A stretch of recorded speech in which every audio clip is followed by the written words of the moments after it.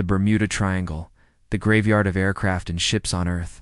It's always been a hot topic for centuries since its existence. People have been unable to explain why even the largest planes and vessels, operated by experienced crews, captains, and pilots, mysteriously disappear when passing through this area. The ocean is vast. So why is this place always so peculiar? How can we possibly explain such terrifying strangeness? There are several ways to find the answer, perhaps through researching recorded documents, listening to eyewitness accounts, or even the experiences of those who have returned after vanishing. After centuries, we have finally uncovered some new truths, but no one can be certain whether they are accurate. Great to see you again in the latest video from Mr. Bichu's channel. Today, we'll embark on a memorable journey titled The Final Mystery of the Bermuda Triangle. First, don't forget to spend a few seconds liking and subscribing to the channel so you won't miss any of the newest and most exciting videos. Now, our journey today begins. The Bermuda Triangle is a vast area located in the ocean between Florida, Puerto Rico, and Bermuda over the past few centuries. Hundreds of ships, boats, and various aircraft have disappeared when passing through this region. What's more alarming is that even the largest vessels and even advanced military aircraft have vanished mysteriously, and the mysteries surrounding these disappearances remain unexplained to this day. Numerous theories suggest that strange magnetic fields, time warps, deadly rogue waves, or even extraterrestrial beings are responsible for these events. But why?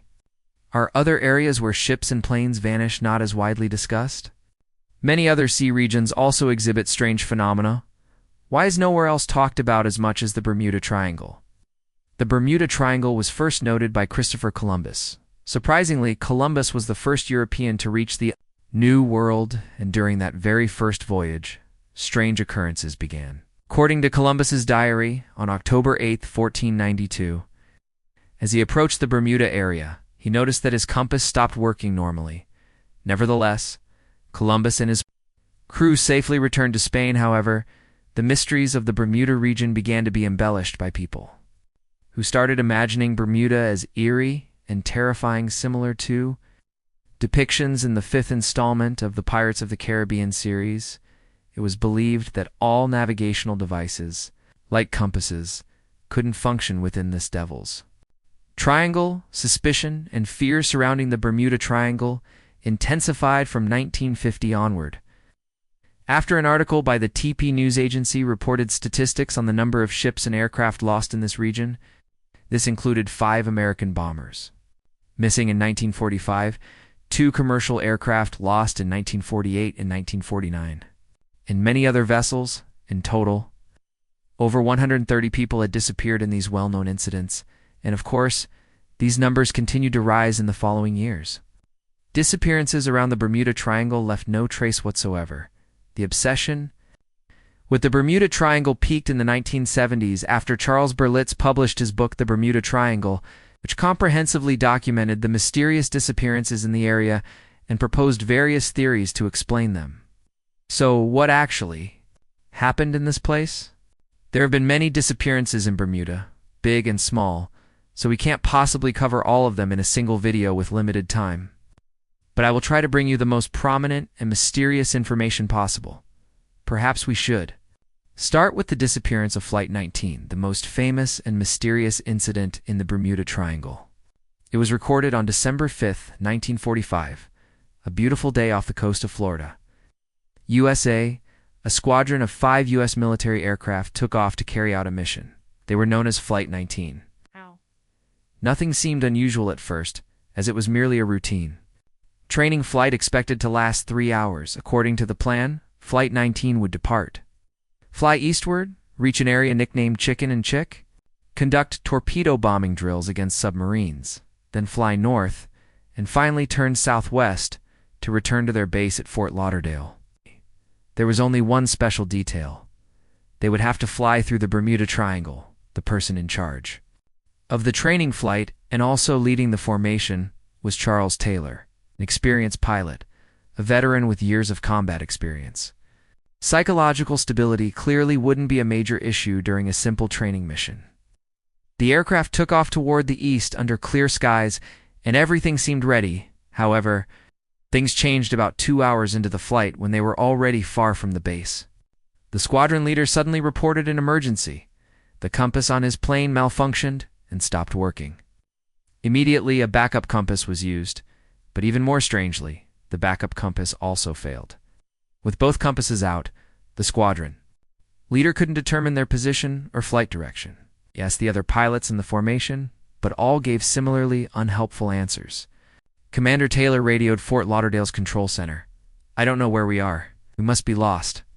After our last turn, we flew on a 30-degree, heading for 45 minutes. Then we'll fly north to ensure we don't go into the Gulf of Mexico." Half an hour later, according to records from the Fort Lauderdale air traffic controller, Taylor believed that his Flight 19 had somehow flown hundreds of miles offshore into the Atlantic. He said he could see the Bahamas Islands below him normally. U.S. Navy navigation guidelines clearly stated that if a pilot got lost over Florida waters, they should simply fly toward the setting sun to reach land in either Florida or California. However, Taylor believed the squadron might have drifted into Mexican waters. So he ordered the pilots to follow him northeast, the Fort Lauderdale air traffic controller later recalled hearing pilot Forrest Zemk on aircraft FT-81 question his commander, "Are you sure, sir? Why are we flying northeast?" Eventually, the other pilots in Flight 19 convinced Taylor to turn west. But by 6 p.m., Taylor changed his mind again. "We're still in the Gulf of Florida. So let's turn east." Some pilots voiced their opinions, and at one point it turned into an argument, but they ultimately followed the commander's orders. The Fort Lauderdale air traffic controller recounted that shortly afterward, the radio signals weakened, indicating they had flown far off course. Taylor's final words were, "Fuel is almost gone. We must prepare to ditch in the sea." And that was all that remained of the U.S. Air Force's Flight 19. Where did they go? No one knows. What exactly happened to them? Nobody knows either, but there's one even more important fact. The story didn't end there. The disappearance of the 5 aircraft was immediately reported by air traffic control to the Florida Naval Command, and a search and rescue operation was launched almost instantly. The rescue aircraft was a seaplane named Catalina, carrying a 39-member rescue crew, but things only got worse. This time, didn't take 2 hours, just 20 minutes after takeoff.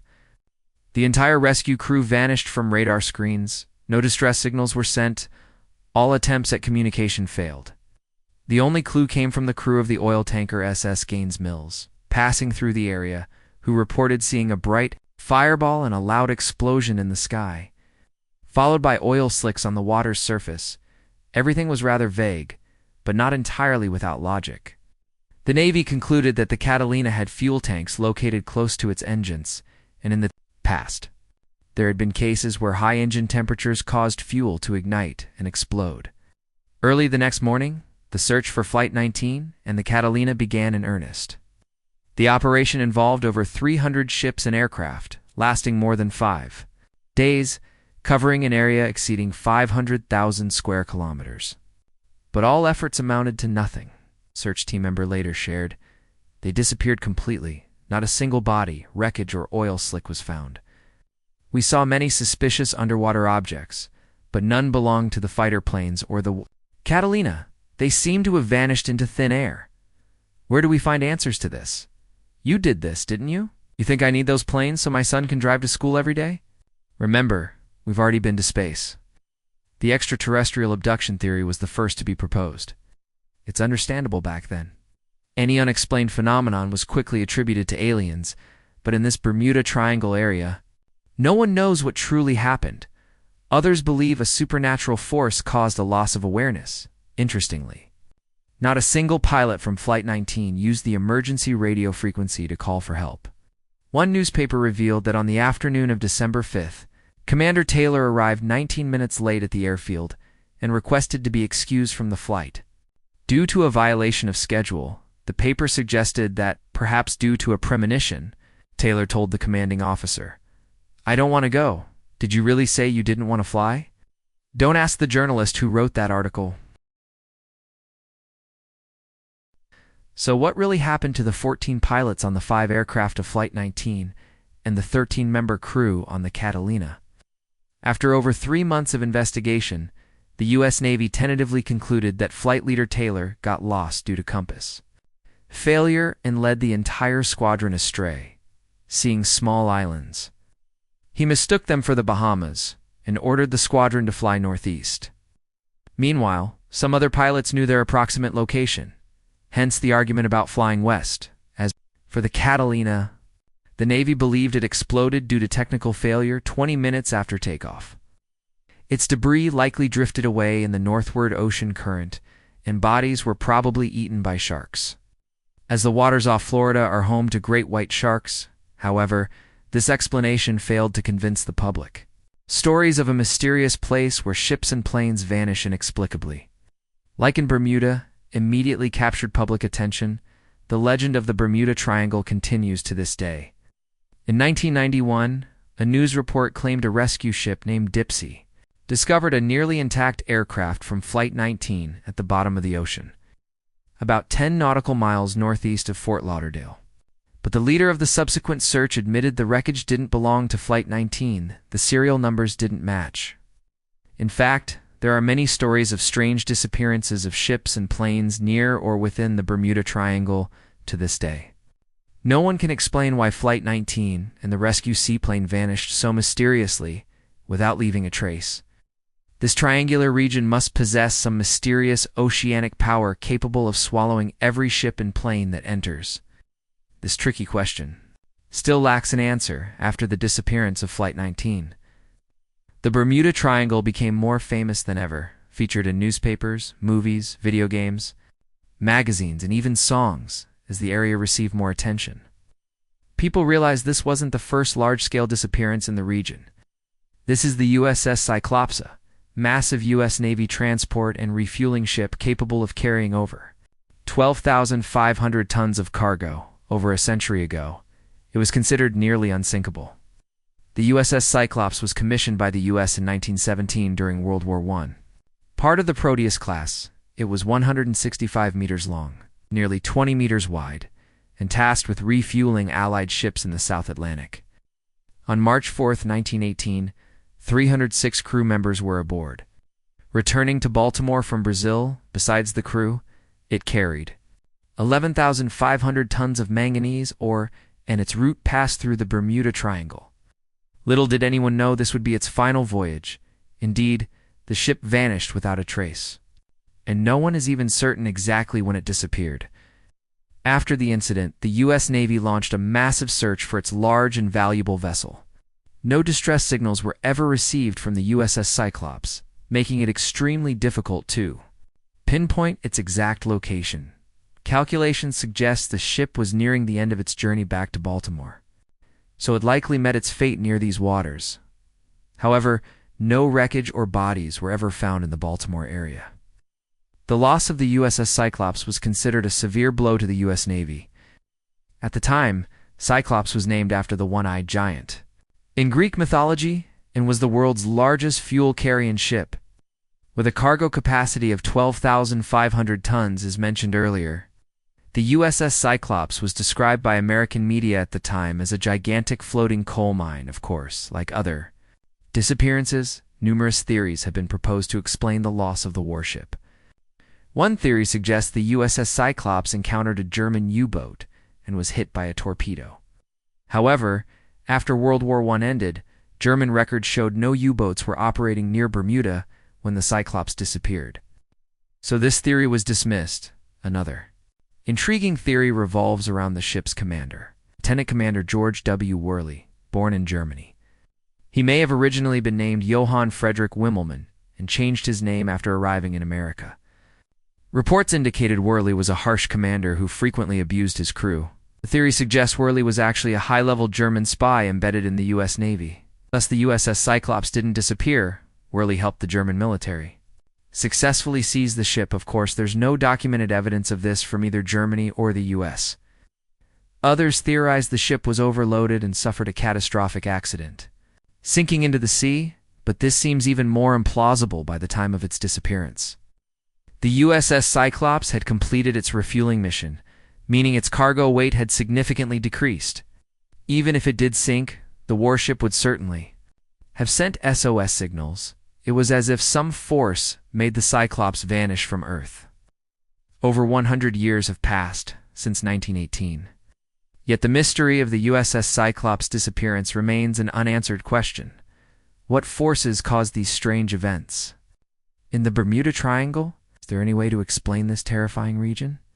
Believers in the Devil's Triangle have used supernatural concepts to explain these events. One explanation suggests that leftover technology from the legendary lost continent of Atlantis affects the area, making it an abnormal zone on Earth. Others link the mysterious disappearances to UFOs. Charles Berlitz, author of books on supernatural phenomena, proposed several theories related to the paranormal or inexplicable forces.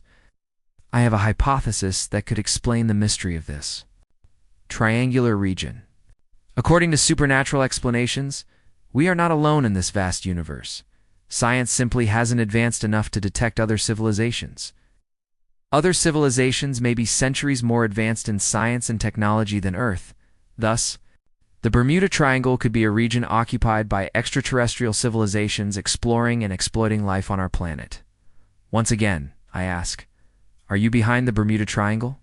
As I answered earlier, please consult the author of the hypothesis for more details. Stories woven by journalists, theorists, and even scientists have increasingly added to the mystery of the Devil's Triangle, however, unveiling the truth about this region isn't difficult with today's scientific and technological capabilities. First, the issue of compasses.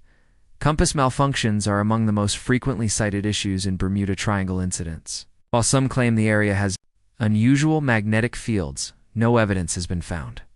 Further research reveals the answer: natural magnetic variation related to the Earth's magnetic poles, a phenomenon known to navigators for centuries. The magnetic north shown by a compass and true geographic north align only in certain parts of the world, for example, in the year 2000, within U.S. territory. Only locations along a line from Wisconsin to the Gulf of Mexico had matching magnetic and true north. The general public may lack this specialized knowledge and assume there's a mystery behind compass deviations over a large area in the Bermuda Triangle. Reality: compass variation is a natural process. Stories of compass needles spinning wildly as if they were blender blades are completely false. Second, regarding aircraft and ships not being found after losing contact, this is explained by the Gulf Stream. The Gulf Stream is a major ocean current created by thermaline circulation. It's originating in the Gulf of Dr. Krushelnitsky believes the real causes are human error and bad weather, in fact. People often forget that many aircraft and ships have safely passed through this part of the Atlantic. He consistently reiterates this view about the Bermuda Triangle, first in 2017, then in 2022, again in 2023. Steadfastly holding this position, statistics don't lie, he says. And the Bermuda Triangle has been a hoax all along. Many mysterious disappearances led the press to give this sea region sensational nicknames like Devil's Sea or Bermuda Triangle. But the Bermuda Triangle is also a particularly busy maritime zone, located near the equator and close to wealthy regions like the United States. It sees heavy maritime and air traffic every year. Therefore, when comparing the number of disappearances in the Bermuda Triangle to the huge volume of vessels and aircraft passing through, the rate isn't unusually high. Dr. Krushelnitsky adds that, according to Lloyd's of London and the U.S. Coast Guard, the percentage of people lost in the Bermuda Triangle is similar to any other region of the world. Now, let's return to the disappearance of Flight 19. Dr. Krushelnitsky supports his argument by explaining this incident differently from the mysterious narrative. He asserts that although people claim the American aircraft vanished under ideal flying conditions, the weather wasn't actually that good. Moreover, offshore, rogue waves 15 to 30 meters high could suddenly appear, exactly the rogue waves we mentioned earlier. He also points out that the only truly experienced pilot on the flight was the leader, Lieutenant Charles Taylor. Thus, the commander's error could have been a major factor in the tragedy. Taylor had previously flown without a watch, gotten lost, and had to abandon his aircraft twice. Dr. Krushelnitsky highlights a crucial detail. A junior pilot suggested turning west, but Taylor insisted on flying northeast. inadvertently leading the patrol further into the deep Atlantic Ocean where sunken planes or bodies would be hard to locate. As for the seaplane, the explanation is that it didn't vanish without a trace.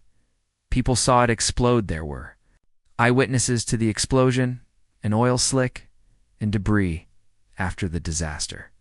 The U.S. Navy grounded all other seaplanes of the same type. However, it may still take time to see whether the famous scientist Dr.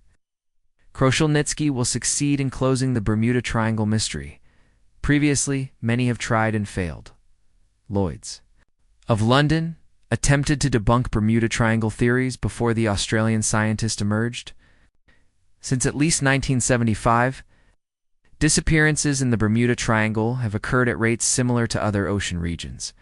However, it was a tough year to debunk the mystery. The 1974 publication of Charles Berlitz's book, The Bermuda Triangle, had sold 20 million copies in 30 languages. By 1977, the Bermuda Triangle had captured so much attention that director Steven Spielberg referenced it in his sci-fi film Close Encounters of the Third Kind, depicting Flight 19's crew as abducted by aliens. Unfazed, Lloyd's of London repeatedly declared the Bermuda Triangle was not particularly dangerous. In 1997, to prove that disappearance rates in Bermuda were no higher than elsewhere, the company stated that insurance premiums for voyages through the Bermuda Triangle were no higher than 4 other regular sea routes. Yet this had little effect. Theories exploded rapidly, despite evidence to the contrary. For example, the article The Deadly Bermuda Triangle was published in an American magazine that sometimes considered itself a publisher of literary masterpieces. Furthermore, Berlitz's best-selling book linked the ghost ship Mary Celeste to the Bermuda Triangle. Even though the ship was found abandoned off the Azores and the opposite side of the Atlantic, following the New York to Italy route, making it impossible for it to have approached the Bermuda Triangle, new theories continue to emerge, including more scientifically convincing